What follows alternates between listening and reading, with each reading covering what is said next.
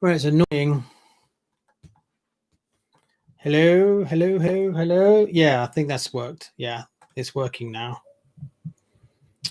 I don't know why it drops out the mic all the time.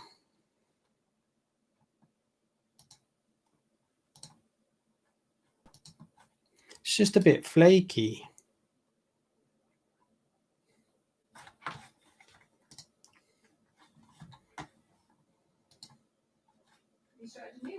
Yeah.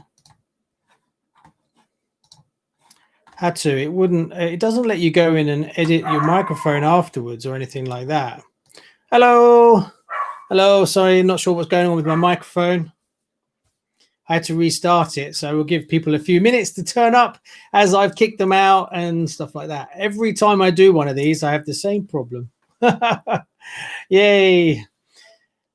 I don't understand this software. You set it up and then you log in, and then the microphone doesn't work, and then you have to kick it out to come back in again, and then it works. I don't quite get it, but of course it puts everybody out onto limbo land. Yeah, we'll just give everyone a few minutes to figure out what's going on. Hello, wife of mine. So yeah, it confuses the life out of everyone. So yeah, give them a few seconds. I wonder if it's still showing up as a second video or something like that. I'm just checking. Oh, it drives me crazy. Yeah, look, it's there. Let me manage the video and get rid of the other video, otherwise it will confuse everybody.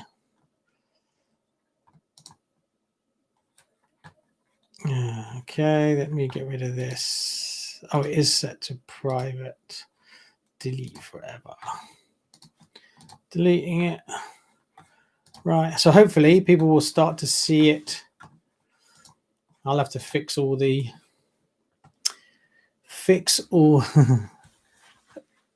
I seem to have kicked everybody out. Everyone's slowly coming, but that will confuse everyone. We'll give them a few more minutes. Sorry. Every time it's always the microphone for some weird reason.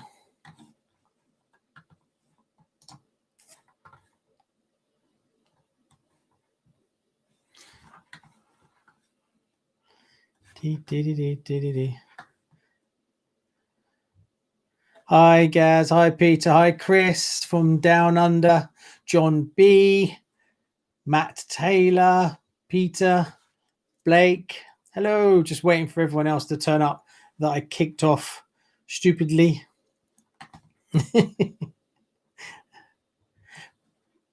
Yeah, Rebecca's in the comments section. So if you post your comments, Rebecca will read them and then she'll write them down and give them to me.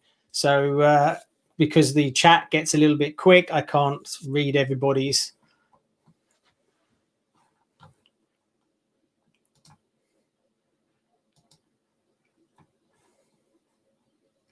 See, it says we've got 55 people watching, but it doesn't seem to. Okay, 58. We'll keep going just a little bit. All right, I think most people. Hi, Mike. Hi, Lee. Andrew. Amy.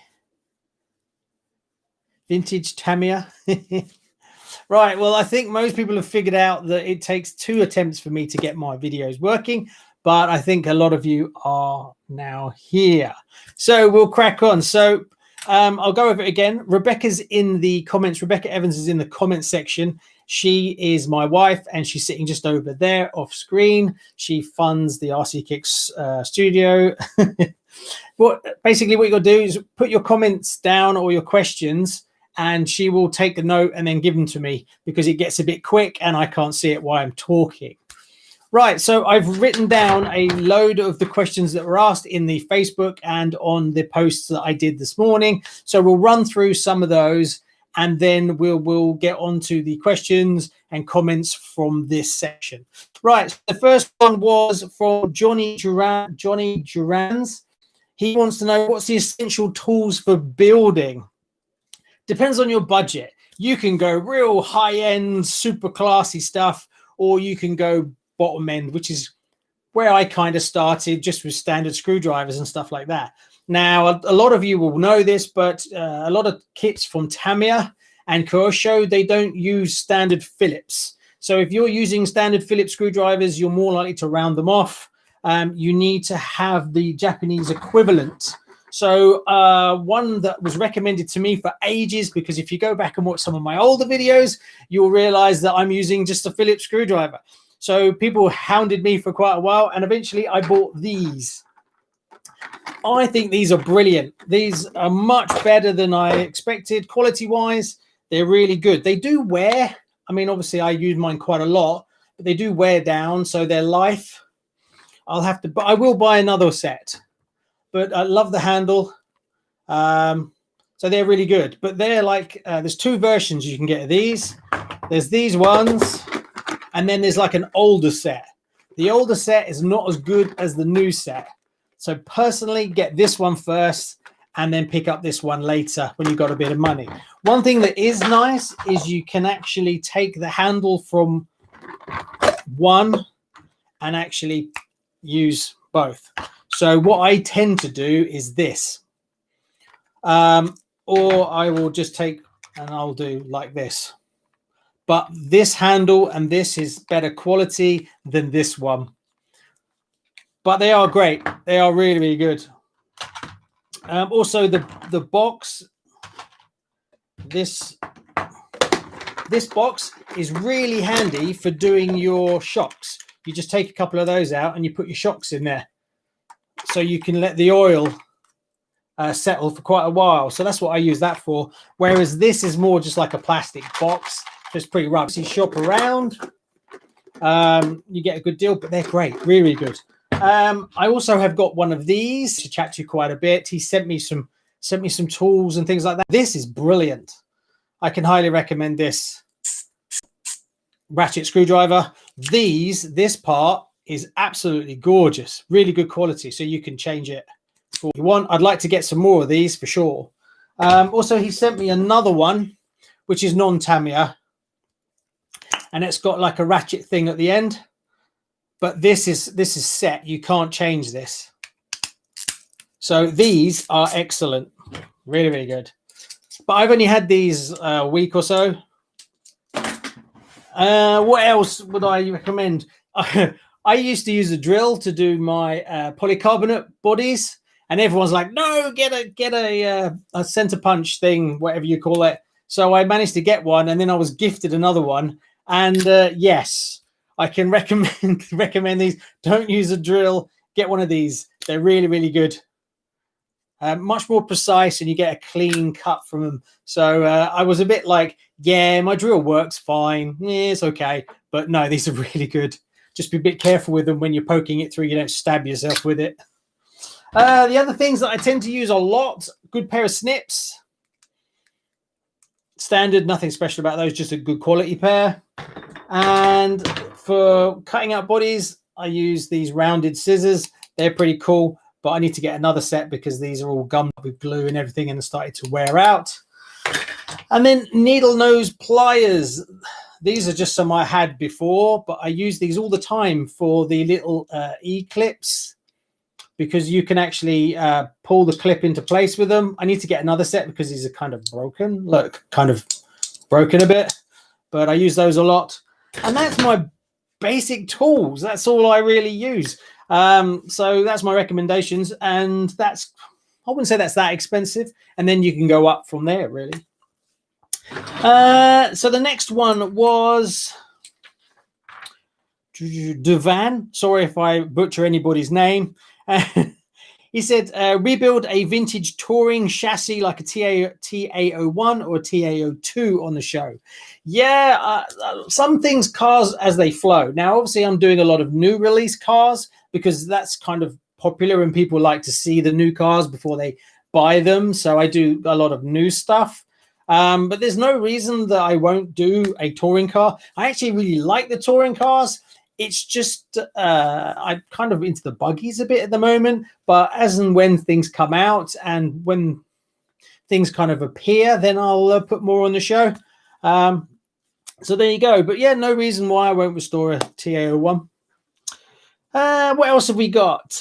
So we got one from Paul in Portsmouth. He said, any difference between the Rally Beetle and the Ford Escort that's due out from Tamiya? The Rally Beetle he's talking about is 58650. I'm guessing you guys probably know it. It's on the MF-01X chassis.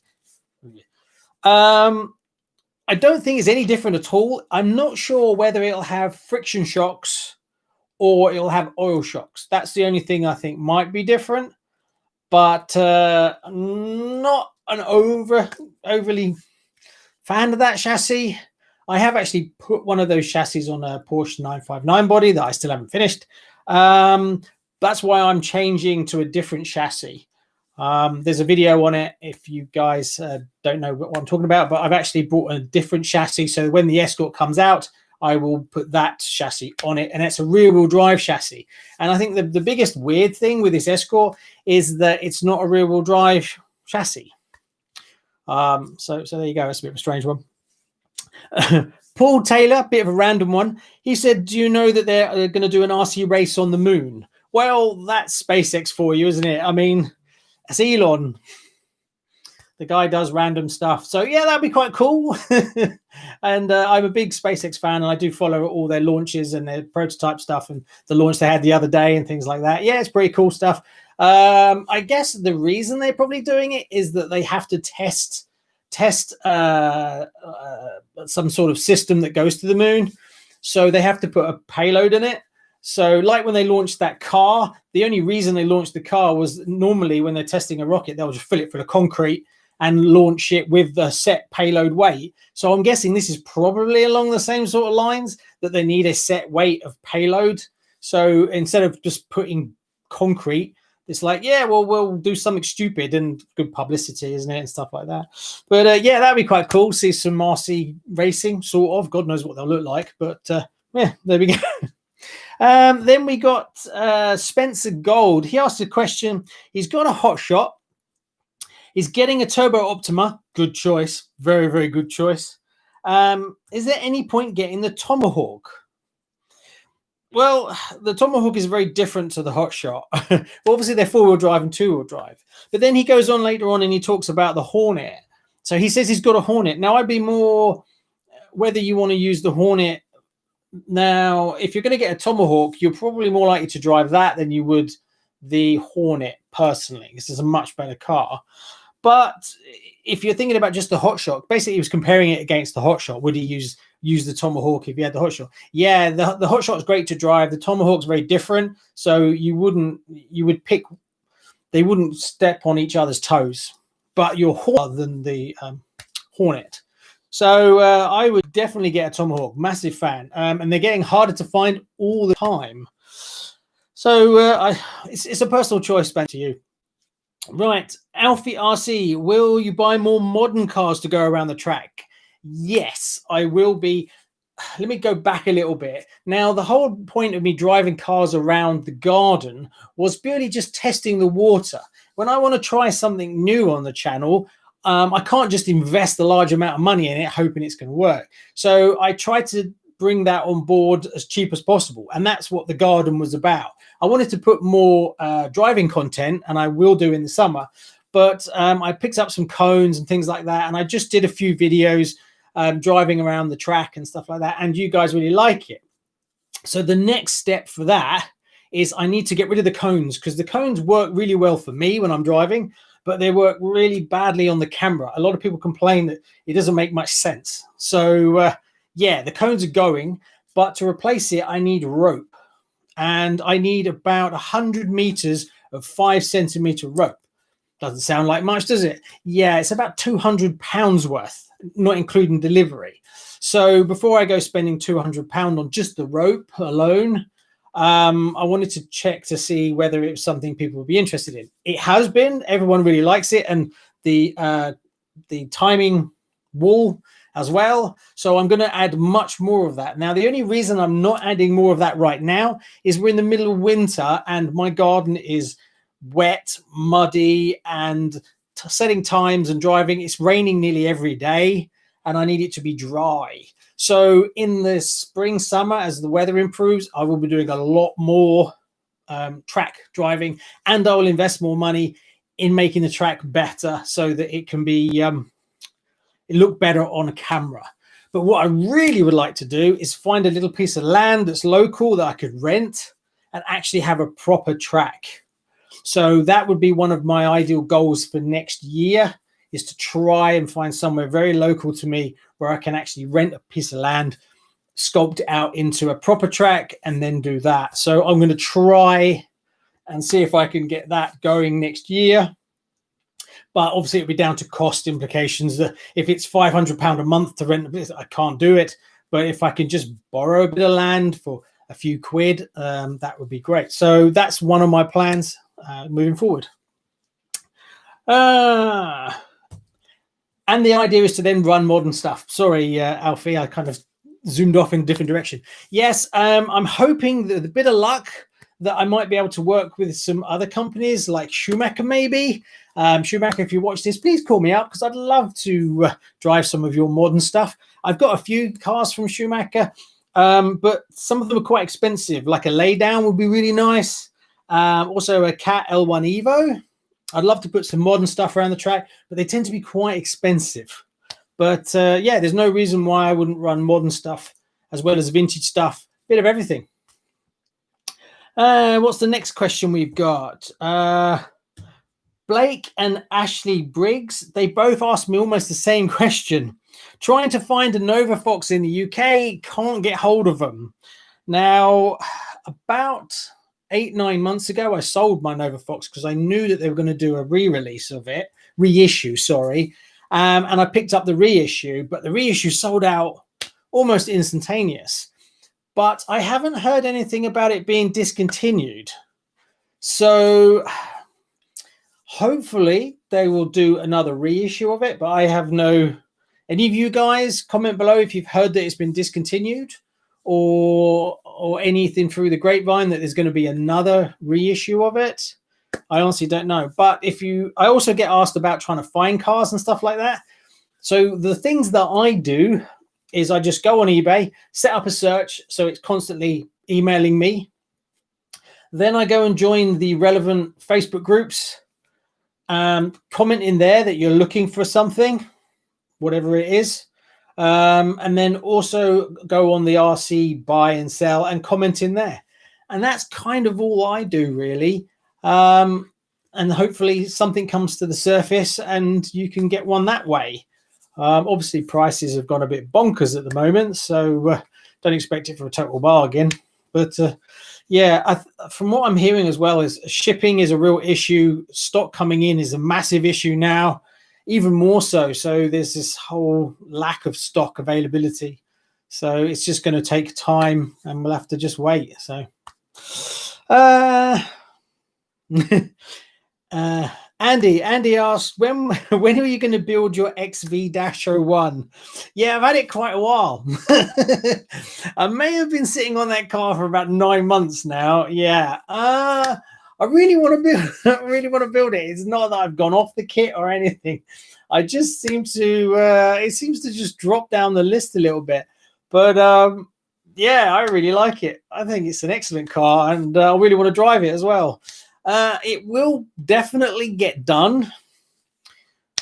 Realistically, if it doesn't slip too far, March, between now and March, hopefully. I'm actually building a kit right now. That's a video I've just finished uploading now. I was hoping to release that video today, but it's going to be tomorrow morning because the time I finish this and releasing it will be too late. So I'll release it in the morning. That's another project that I've already started. I'll give you a hint. Well, you've probably seen it. I've probably put it out on the Facebook pages, haven't I? So yeah, I'm building a big monster truck, but that will be done within a few days. What else have we got? Justin, yeah, more track stuff. Yeah, like I said, sorry, I commented about that before. Definitely more track stuff for sure. David Brousset, sorry if I butchered your name. He says bashers versus racers versus collectors. Yeah, I like bashers. I like collecting shelf queens and all those kind of things. The only reason I don't do bashers is that they tend to be more American, big sort of Traxxas stuff, and it's just really expensive. But as the channel grows, I'll have more budget. So then I'll be able to buy more of that kind of stuff. But obviously we talked about this before, shipping, delays in releases, that kind of stuff because of America. Right, what else have we got? This is a really good question. This is from Jeremy Wilson. What do family and friends think of my new career path? I honestly haven't even asked them. Rebecca could probably answer that one. Rebecca's just walking in. I don't know. I think my family are pretty good. That, to be fair, they kind of they back me regardless. But I'm pretty sure they thought, why did you give up a very good career over here, earning decent money, to do this? Which obviously YouTube doesn't really make sense to people that are older. Obviously, that's one thing. When I talk to people about what I do, if it's anybody over the age of 23, 24, when I say I'm on, I do full-time YouTube, I kind of get the weirdest look ever. They're like, what? Whereas get a proper job. Where anybody that's below that age think it's the coolest thing ever. So yeah, but most older people, even people my age and stuff like that, just look at me as if. And I went to get my eyes tested with Rebecca not long ago, and she asked me what I did for a job. So Rebecca was there. So she looked at me. She's like, I wonder what he's going to say. So I said, oh, I'm a content creator. It's basically, it is the proper sort of title, if you will. She didn't say anything. She didn't bat an eyelid or anything, but it was just funny. But there you go. Bit random. But no, they've been really good. As you know, obviously they understand that my career was very, very stressful. And I used to do tons of traveling and stuff like that. And it wasn't really good for me long term. But obviously giving up a very well-paid job to earn basically nothing is a bit worrying for everyone. But you kind of got to believe in this sort of stuff and just give it your best go and believe in it and just keep plodding away. A lot of people think that YouTube is about throwing 5 videos out and then making millions of pounds. It's not at all, not even slightly. It's a long marathon of improving your stuff and improving your quality, putting out content that people watch, trying to review it, understand it, improve it, try something new. There's a lot of that in there as well. And then investing back in it with better audio and then improving studios and things like that. And so, yeah, it's a long slog. If you were thinking of doing it, I would definitely say give it a go, but don't expect it to be easy. Today is a classic example. I started at 9 o'clock this morning and I'm now working in the studio. It's now 9:30. But then I love it. It's great. I'm at home. I'm not traveling. I'm playing with this cool stuff. I spent the day building a kit, filming it and editing it and stuff like that. So yes, you put in the hours, but it's a bit different when you're doing it for yourself. So there we go.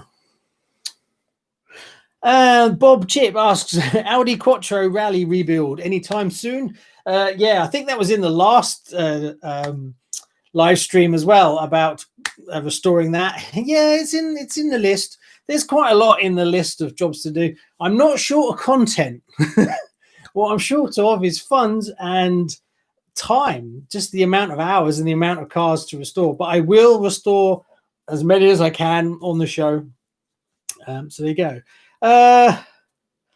Duncan, hey Duncan, Duncan McGregor. I want his X10. He's the one who lent me the X10 that you saw in the video. If you haven't seen that video, go check it out. It's a beautiful car. He says, car I want the most to build. Well, there's 2 cars that I would really love to get hold of, thanks to him. One of them is the 10th Technology X10, X11. I really want one of those. Ideally, I'd love to build one on the show, but I'm pretty sure I won't be able to get a new in-box one because they are worth their weight in gold. But hopefully I can get one that needs a bit of work, bit of love, maybe restore that on the show. And the other one is I would love a Riri Top Force Evo. Now I have one, but I bought this like this. But I'd love to do a new in-box one. And whether we will ever see a re-release, what do you reckon? Comment. Do you think Tamiya will ever do an Evo? I mean, they kind of did it sort of by bringing out the chassis kit separate when the Top Force came out. But I mean, properly do the Evo? I don't know. What do you reckon? Zira, sorry if I strategy building an optimum model. I can. That sounds like a bit of a strange question, but I can completely understand what they mean. The strategy of trying to restore one of these. That will be a question because of the frustration of trying to find parts, and there's just very little around. That's Facebook groups. There's also a couple of dedicated companies, people that sell parts like tires and things like that. There's one really good one that does reproduction stuff, reproduction bodies, decals, tires, rims, that kind of stuff. You've just got to be in it for the long haul. It's the grind of finding all the parts little by little. But my advice would be, after owning all of the mids, buy the best you can, because you'll spend so much money and time trying to find parts that just buying a good one from the beginning, it will, yeah. Or you're putting in a year and a half to find all the parts, if not longer. Right, got some new questions. That was all the questions that I got. Oh my God, there's loads. That was all the questions that I got from earlier on today. So, right, let's have a look. So, Andy, what do you think about the DB01 Durga? Yeah, it's okay. Don't have any qualms about it. I was funny enough, I was actually looking at them the other day, looking at what the prices are and stuff like that, because when I first saw it, I was a bit kind of like, the body was a bit sort of, but it's grown on me quite a bit. So yeah, but didn't see many of them around. Z Star, what do you think Schumacher and Kosho will release next as vintage Riri? Well, Kosho have just put out those teaser videos, but unfortunately, going by the teaser videos, it looks like a 1/8 modern buggy. So it will be a rocket ship / tank, which is great, but I was hoping for a Riri. My gut tells me that the Kosho Riri that we will see this year will probably be Salute, blue or red, because that's quite an easy one for them to do as well, and it's in the timeline releases. Then there's the Pro, Ultima Pro, which I really like. That body is gorgeous. And then the mid. But going by the feedback that I get from you guys, everybody wants a mid. So if I was Kosho, I would be banging out the first mid, which I don't have here at the moment. That's the second mid. But yeah, they're because there's so many mids, they need to get a move on, because you imagine there's what, 1, 2, 3, 4, 5. There's 6 mids in the family. So if you assume they bring out one a year, that's 6 years of releases. Well, they need to get a move on. So yeah, and then just bring them out one a year. And I know everyone would buy them. Oh, they're so popular. The amount of comments I get from you guys about the mids. Schumacher, what would I like? A Cat 2000. A Cougar would be quite an easy one to do for them. So I'd rather have, what I would really like was, I wish they would have done a Schumacher a Cat XLS conversion kit that you could buy to make it a short wheelbase, because I really would like a short wheelbase Cat. But yeah, they didn't. And obviously they just discontinued the Cat XLS. And boy, did you guys go out and buy them. When I announced that information that it was being discontinued, the amount of you that contacted me going, I've tried to buy 4, I've tried to buy 3, I bought 6 and I only got 2. They just flew off the shelves. Within 15, 20 hours, they were just gone. So as well as the Top Cat, as well as a lot of the parts. I thought, well, I can't really invest in buying kits to sit on them and just have them. I need to bring content to the show, and just buying 2 Cat XLSs and putting them on a shelf brings me nothing. So I didn't. But I thought, a lot of you guys will be into the Cat XLS and you'll be building them soon. I thought, well, I'll do a video on all the upgrades. So I bought nearly every upgrade I can think of for the XLS. So it's getting full carbon, it's getting pro gearbox, it's getting adjustable arms, loads of metal bits. So that will be coming at some point. So yeah, basically I just bought another XLS in bits. But that'll be really cool when it all arrives. Some of it's arrived, some of it so far, some of it hasn't. So, but it's coming from all different places. And I do get asked, where did I get all my bits from? And they're from all over the place. So I will make a note of them. So when I do a video, I will put out what they are. But it's full carbon, top deck, bottom deck, uprights, steering, battery, mounts. All of that's carbon, which would be really cool. And I hope I get on with it better, because we have a very love-hate relationship, me and that car. Every time I drive it, I break it, and every time I work on it, it winds me up. Where do we get to? Darren, any news on the Mardave Evo? Yeah, I still got it here. I haven't done anything with it really. I have another body for it, but they've just announced a motor mount in carbon, which I bought. That's coming, so I'm getting that. Now that's a bit of a controversial upgrade because it carbon doesn't dissipate heat as well. So from that side, so if heat is a problem, like if you're fully racing them, you probably wouldn't do that. But I'm not pushing it that hard, so I bought one of those, and it looks really nice. I've got the carbon bit at the front to replace, and I've got a few other bits and pieces for it. But I'm kind of now waiting for the summer to really drive it again. As far as I know, I don't know if there's any slots still open on the second batch.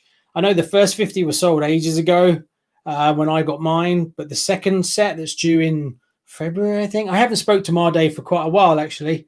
So I don't know if there's any open slots on the second lot. Best thing to do is speak to them if you're interested in getting one. What's we got? Peter, will you be painting the Dynastorm in the new year? Yes, I will paint the Dynastorm, as well as my I've got 2 RC10 gold pans. Both of those need painting. They drive me up the wall. They're all down here, and I hate this. This drives me crazy. I need to do it. So I hate unfinished projects. It freaks me out. It drives me up the wall. But yes, and I want to run it around the track for sure, because I'm really interested in knowing what sort of time it puts down. Brian, would be good to see more Schumachers in 2021. Yes, if you'd like to send Schumacher an email saying, hey, get a hold of Gavin. I joke. They know, the Schumacher do know of RCKicks, but hopefully they'll contact me and I'll be able to get a bit more of their stuff on the show. I do like their stuff, but it's quite expensive. I bought 2 cars that they've released at the moment. I've got the Icon, and I've just finished the Mission FT.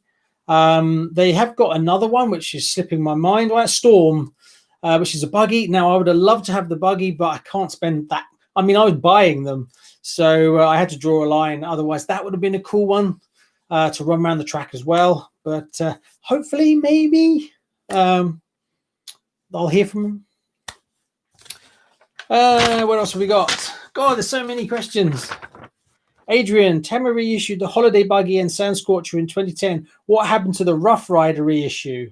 I think it's coming, as far as I know. What's the best Tamiya equivalent? Oof. I don't know. What's the Rough Rider?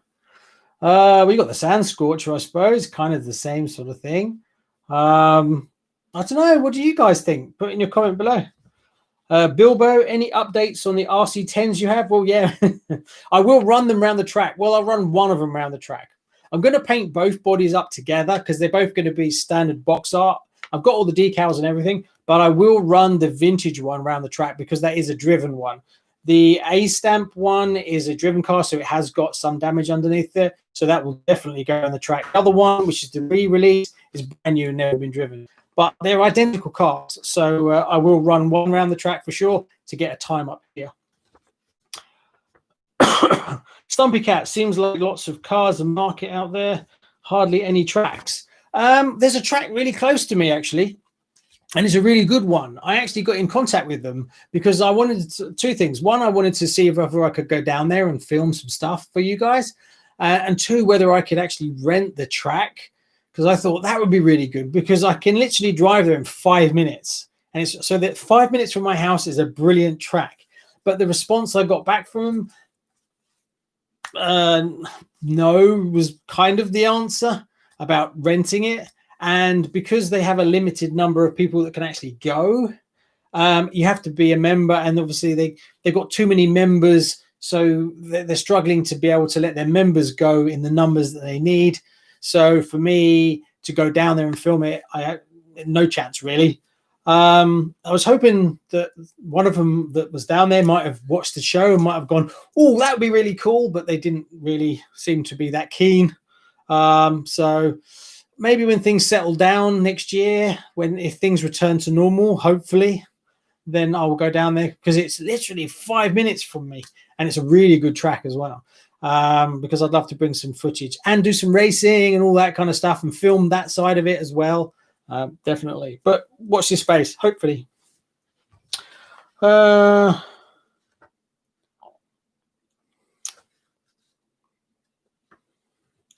you going to get the Outlaw by Mardave? Hopefully. I haven't spoke to Mardave in a while, so hopefully they will get in contact. I'll have to send him an email. I guess they're manically busy, but yeah, I'd like to get the Outlaw for sure.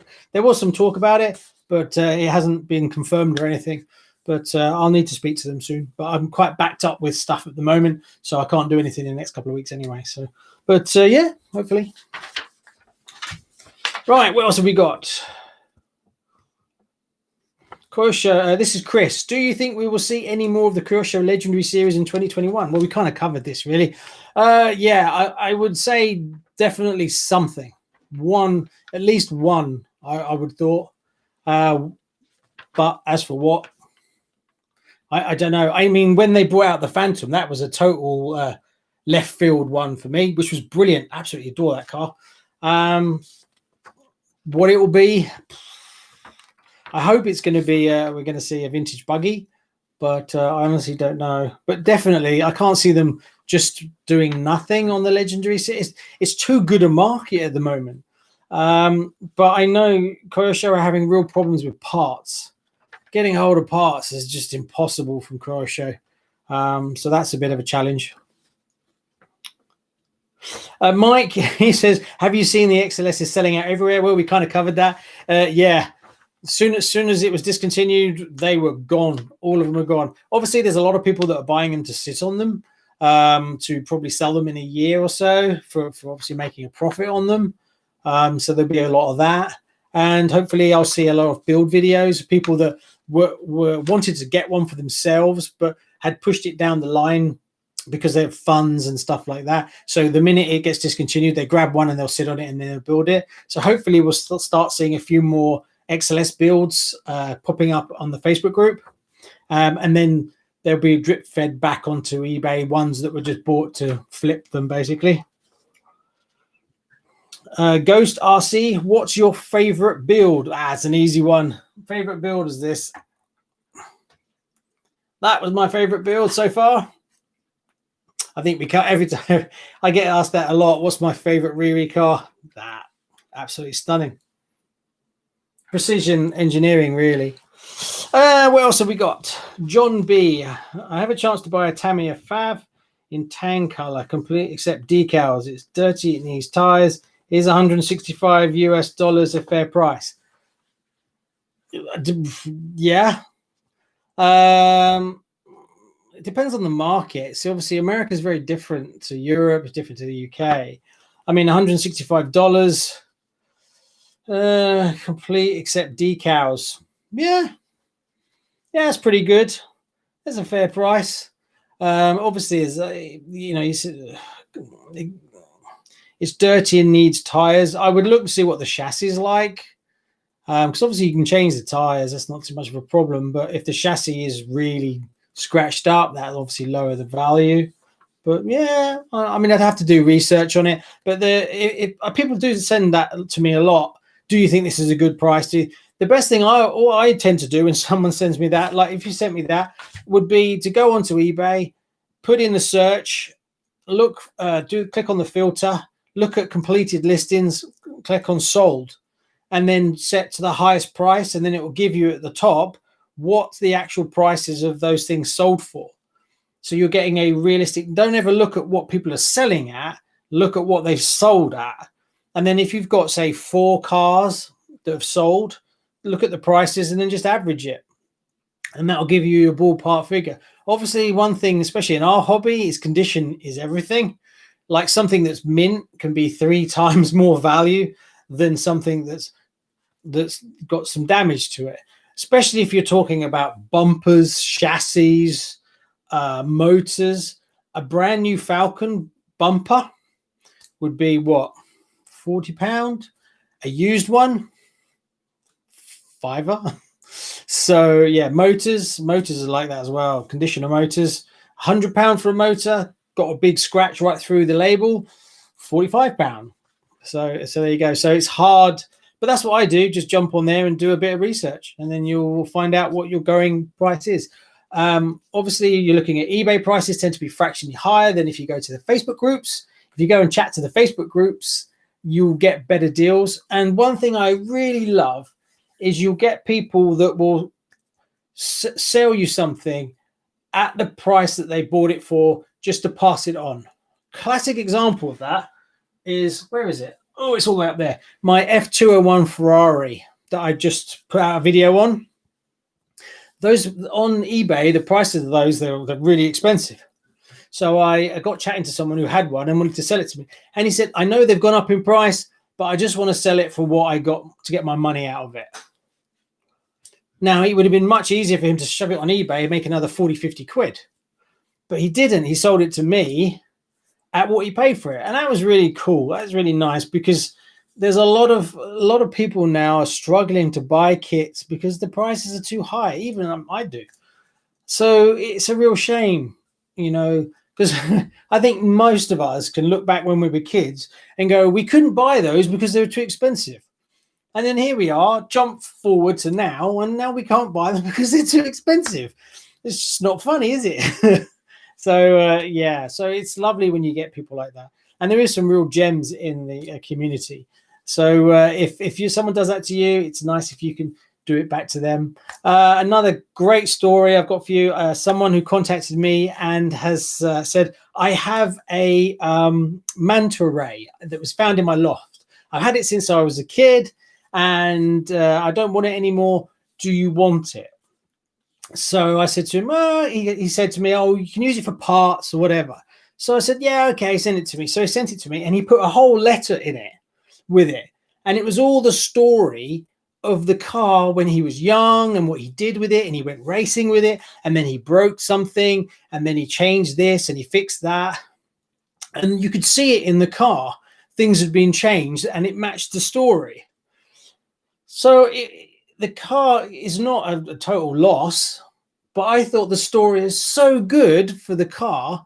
I'm going to restore the car back to new. On the show, I'm going to do it. And I'm going to restore it. And he's put like a different wing on it and stuff like that. So I'm going to bring it back to new condition, or as close as I can get it, but keep those traits. So that, and then I'm going to frame the letter, and then the two go together really well because it's got history about what it is.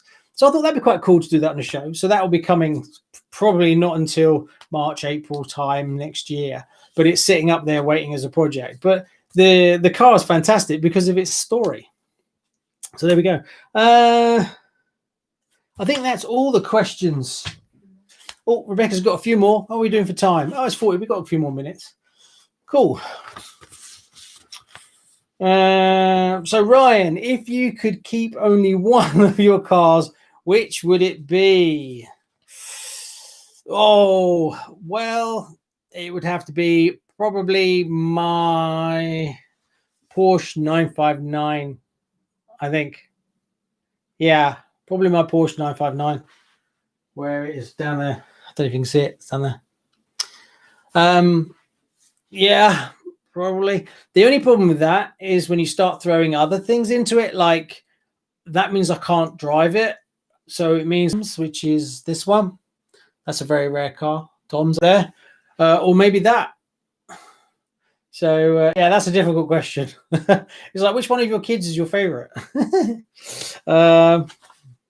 Brian, what do you think you're going to? What do you think are going to be future classics? Oh, good question.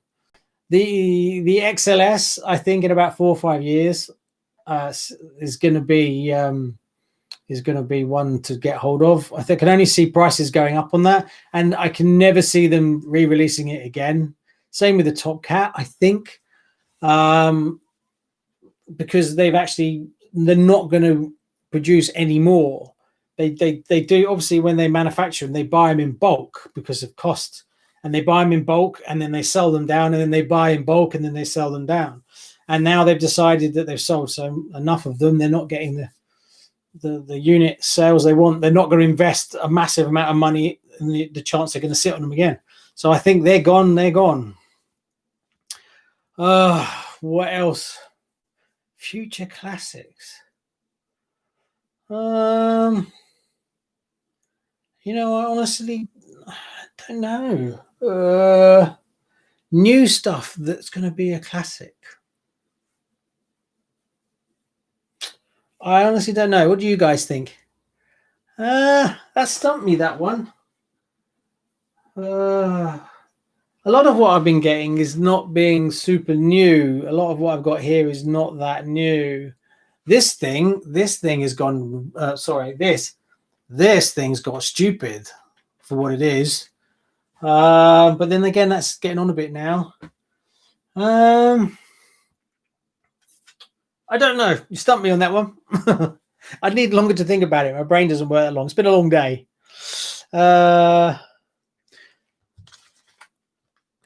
Would you do an RC tank? Oh, yes. I want to do a Tiger one. Yes, I want to do a tank, and I want to do a truck as well. I've really taken to the trucks. The tanks I've always liked, and I will do a tank on the show, but I want to get a Tiger one. But they're quite expensive. And then I'll do a truck as well. But I want to do the tank first. But tanks and trucks are insanely expensive. But yes, definitely, I will do for sure. I really like the tanks. Yeah, be great. Truck-wise, not sure which one. Honestly, don't know. I'm sure one of them will turn up at some point. It'll probably be a new release from Tamiya, and I'll jump on that. There was a nice silver Mercedes one, special edition one. It came out. That was really nice. But that will probably be more towards. It'll be next year. I'll do a tank for sure next year, but it'll be down to budget, really. Eric, hello from the USA. I need to add lots more American people. Most people that watch my channel from the breakdown, it's about 67% UK, and then 20-30 something from America, and then the rest is spread out. So yeah, but I'm guessing a lot of American guys, you love all the big bashy stuff, but obviously I'm not doing that yet. So hopefully I can get more people from America involved. That'd be cool. I can see it in my views. As I put out a video at like 7-8 o'clock at night, by the time it gets to like midnight, it then just falls off a cliff. So obviously that's all the UK people. So yeah, for the channel, it'd be really good to get more American people on the show, more American content as well. Sorry.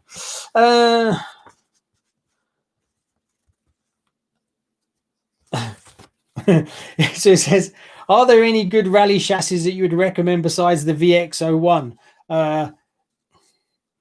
Yeah, the VX01. I'm not really that up on rally chassis, to be fair. I do like the VX01. I like the word design and the way the motor is and stuff like that. But I'm no expert. I'm sure there's more people in the comments that know way more than I do about rally chassis. So comment below for Eric. What would you? I'll put that one back to you guys. What would be a really good rally chassis for Eric? But yeah, that's all I've got. VX01. So Andy asks, 2-wheel drive or 4-wheel drive? I'm going to be greedy. Both. I love 4-wheel drive and I love 2-wheel drive. And a lot of people say, oh, I like 4-wheel drive because I don't like driving 2-wheel drive because they're too hard to drive. depends on the two-wheel drive car. This is a two-wheel drive car that is so easy to drive. So again, depends on the car, I suppose, but both. I like both. So this is Robert from California. Hello, Robert. Your weather's a bit better than ours. Have you considered 3D printing your own parts? Yes, and I plan to do it. Space is the issue. I will be buying some 3D printers at some point. I don't know if any of you really know, but I put out a video. I'm actually moving the studio from this tiny little space to a different room that's much bigger. So the studio is going to grow double this size. And hopefully I'll have room for some 3D printers as well. Yes, definitely. Want to do some mods, start modding and playing around with different bits and pieces for sure. Ideally, I would love to build, make a chassis, do some cool stuff like that. So that just for more content and things. So yes, I will get some 3D printers, but that'll probably be late next year, really.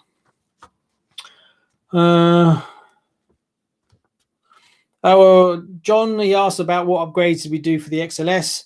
There will be a video coming on that one, but pretty much every bell and whistle you can think of. Pro transmission, everything changed to carbon. Front housing is metal. The center section is all metal. What else did I get? Steering upgrade, arm upgrade.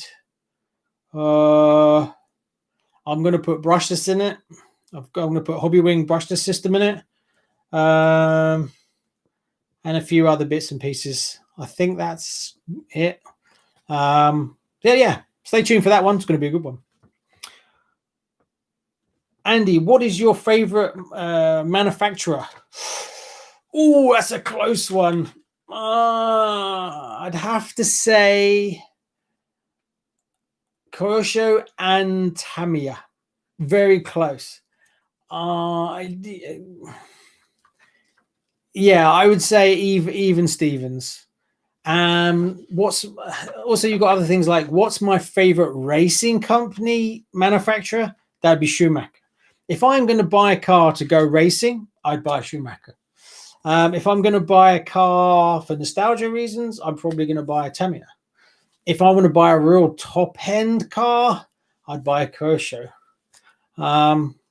So I can't really pick one over the other. Sorry. But I also like 10th Technology. Don't know that much about them, but I love their X10s and X11s. So that's a new one on me. But those cars are... Peter, what brands of lipo do you trust? Not the no-name brand ones. If I'm buying lipo, I tend to buy mainstream brand. I can't remember off the top of my head. I'd have to look through. I've got so many batteries.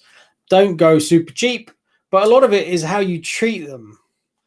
If you abuse them, and I did. I absolutely totally abused one of my lipo batteries while trying to film. I can tell you the story. I was running around the track and I was trying to get footage and I was trying to get a time, and the weather was really bad and I was rushing, and then I was filming a bit and then the car broke, and then I came in, I fixed it, then I went out again, and then I ran again, and I kind of lost track. And I had an electronic speed controller in it that had a voltage cutoff, but I didn't check the voltage cutoff and it was set too low. The lipo went really low, and then stupidly I took the car, and then I was too busy doing something else and I didn't turn the car off. I left it, so it sat there for about half an hour just sitting there, and the lipo battery tanked, completely tanked. So I went to charge it, and I plugged it into my reader, and it was like my reader wouldn't even kick in. So the reader didn't have enough voltage. It was like 0.2. So I thought I destroyed it. If you plug a lipo into a charger when it's really low, it won't charge. It just says error, error, error. So what you got to do is you've got to jump over and charge it as a standard battery, but on the lowest ampage was 0.1 amps, just to push a little bit of juice back into it to get it up to a certain level, which is the minimum that you need for the charger to pick it up. But I did this straight away, so the battery wasn't in that state for long. And luckily, I saved the battery. The battery's fine. But I've kept an eye on it, and I've been checking it for puffiness and stuff like that. And it works fine. I've checked the voltage on it. I've checked it regularly because I thought, I literally did the worst thing you can do to a LiPo is just flatten it completely. It wasn't even slightly under. It was zeroed out. And it seems to be okay. But yeah, it's more about looking after your kit. And also make sure your voltage cutoffs are set at the right level for your battery. There's no point having a cutoff that's too low. And obviously don't be an idiot like me and leave the car running, sitting there as well. But I managed to save the battery. But at the end of the day, if I'd have noticed anything that was slightly wrong with it, like it puffed a fraction, I would have just got rid of it and got another one. But it's been fine. And I haven't seen anything. All the cells look correct. It balance charges okay. It discharges fine. I think I was lucky that it was such a short period of time. So there we go. Is that everything? I think we're almost coming to the end. I'm getting a bit tired now. So we got one from David. Would you like to do a Schumacher factory visit when COVID ended? Yes. I'd love to go and see some of the factories. I'd love to go around and see them all, really. I'd like to go see Schumacher, pop in. Obviously, they'd have to let me do filming and stuff like that. Pop in, see the Camtech guys, the Mardev guys, as well as a few others. Yes. As well as going to a few tracks. I want to go to a banger like evening race thing. That would be cool. I'd like to bring some footage. Because I think if I go to these places and get some footage and stuff, it'd be really interesting for you guys. So, yes, definitely. Right, I think we're kind of getting there now. It's been an hour of me waffling on. Is there any other last questions or anything like that we want to cover? I'm trying to think anything from my side. So I'm going to release a video tomorrow morning, which is the first build video of the Monster Truck one. Then Rebecca's going to start her Sand Scorcher as well. Then once the Agrius is finished, I'm then going to do a TRX4 upgrade because I've got loads of cool stuff to put in my this is all to go in my TRX4, which is loads of lovely bling. So that'll be coming because I haven't done much cooler stuff, but being that the weather is so bad at the moment, it's brilliant. So I can throw that on and take that for a bit of a spin and see what kind of differences having all that extra weight up front is going to be like. But there'll be loads more coming, loads more different things. Pan cars, tanks, trucks, all different manufacturers. I like all kind of RC. So hopefully I can get more and more content. It's all down to budget, really. Budget and time. I think we will call it there. Thanks very much for coming, everyone. There's 154 people. So enjoy the rest of your evening and keep an eye out for tomorrow because there'll be a video out tomorrow morning. And I'll see you guys soon. Take it easy. Thanks, Brian, Johnny, Lee, Eric, Jay, Robert, Lee. Thanks for stopping by, guys. See you soon. Bye.